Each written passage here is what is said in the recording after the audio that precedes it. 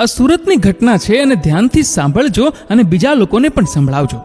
થોડા દિવસ પહેલા ઇંગ્લિશ મીડિયમ શાળામાં બોલાવવામાં આવેલ એક મિટિંગમાં ત્યાંના પ્રિન્સિપલની એક ફરિયાદ એ હતી કે એક બાળક રાહુલ વાલી મિટિંગમાં ક્યારેય પોતાની માતાને શાળાએ લાવતો નથી અને એની માતા પણ ક્યારેય વાલી મિટિંગમાં આવતી નથી.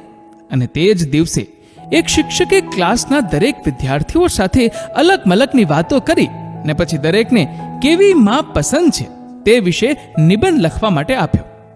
દરેકે પોતપોતાની માના વખાણ લખ્યા હતા, પરંતુ રાહુલના લખાણનું હેડિંગ હતું ઓફલાઈન માં, મોબાઈલ વાપરતી ના હોય તેવી.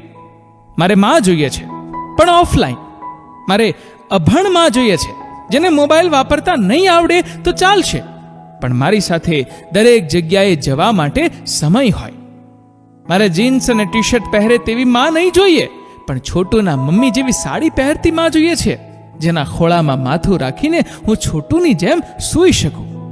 મારે માં તો જોઈએ છે પણ ઓફલાઈન, જેને મારા માટે અને પપ્પા માટે તેના મોબાઈલ કરતાં વધારે સમય હોય. જો ઓફલાઈન માં હશે તો પપ્પા સાથે ઝઘડો નહીં થાય. મને સાંજે સૂતી વખતે વિડીયો ગેમ્સની બદલે વાર્તા સંભળાવીને સુવડાવશે. ઓનલાઈન પિઝા નહીં મંગાવે, મને અને બા બાપુજીને સમયસર રસોઈ કરીને જમાડશે.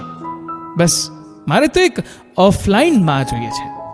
આટલું વાંચતા મોનિટરના હિપકા પૂરા ક્લાસમાં સંભળાઈ રહ્યા હતા. દરેક વિદ્યાર્થીની આંખોમાં ગંગા જમના વહેતી હતી.